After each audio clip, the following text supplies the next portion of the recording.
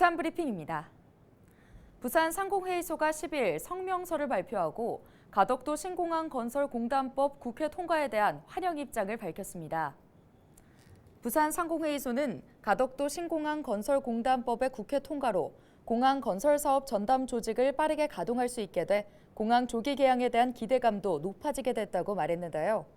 또 이번 법안이 빠르게 국회 문턱을 넘을 수 있었던 것은 정부 지원과 더불어 여야 국회의원들의 통큰 합의가 있었기 때문이라며 감사의 뜻을 표했습니다. 이번 주말 어린이 대공원에서 다양한 가을맞이 행사가 개최됩니다. 부산시설공단은 14일 오전 10시부터 오후 5시까지 어린이 대공원 만남의 광장 일원에서 가을빛 물들다 행사를 개최해 나눔 장터와 민속놀이 체험마당, 보물찾기, 버블쇼, 공연 등을 운영한다고 밝혔는데요. 반려동물 학대 방지 캠페인과 반려동물 연고 만들기 체험 등도 함께 진행됩니다. 부산시가 오는 10월 12일부터 매주 화요일과 목요일 전세 피해 지원 센터에서 전월세 계약 코칭 서비스를 제공합니다. 전월세 계약 코칭 서비스는 청년이나 사회초년생, 독거 어르신 등 부동산 계약에 취약한 1인 가구를 대상으로 주거 보호와 전세 사기 피해 예방을 위해 진행되는데요. 부산시는 부동산 중개 경험이 풍부한 부동산 전문가가 주택 임대차 상담과 전월세 가격 검토, 지역별 전세가율 정보 제공 등 맞춤형 지원 서비스를 제공한다고 설명했습니다. 여러분은 결핵이라고 하면 어떤 이미지가 떠오르시나요? 요즘도 그 병에 걸리는 사람이 있나? 옛날에 유행하던 병 아닌가라고 생각하진 않으셨나요?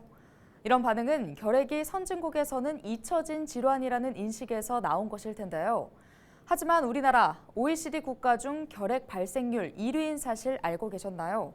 또 올해 안에 결핵 환자 수가 12년 만에 증가세로 전환할 가능성이 크다고 합니다. 자세한 내용은 영상으로 만나보시죠.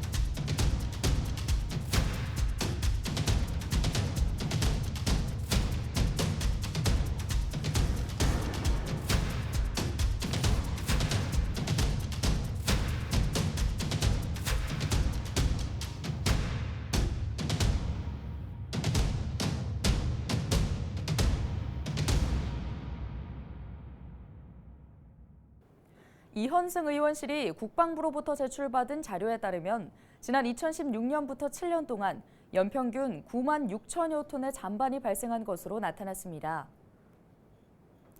또 지난 2022년 한 해에만 잠반 11만여 톤이 발생해 지난 2016년 대비 67% 증가한 것으로 분석됐습니다.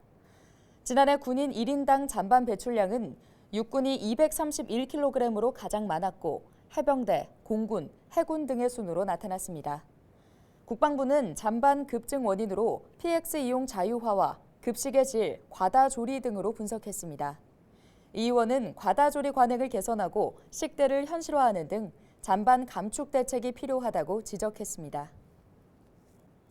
부산 주요 축제 개최지 주변 숙박업소와 음식점의 바가지 요금을 잡기 위해 부산시가 점검을 진행합니다. 시는 오는 11월 4일까지 부산 불꽃축제가 열리는 수영구와 해운대구, 중구 일원, 부산 원아시아 페스티벌이 열리는 동래구와 연제구, 중구 일원의 행사장 주변 숙박업소 등에서 가격표 게시 및 준수 여부를 점검할 계획입니다. 오늘 준비한 소식은 여기까지입니다. 지금까지 부산 브리핑이었습니다.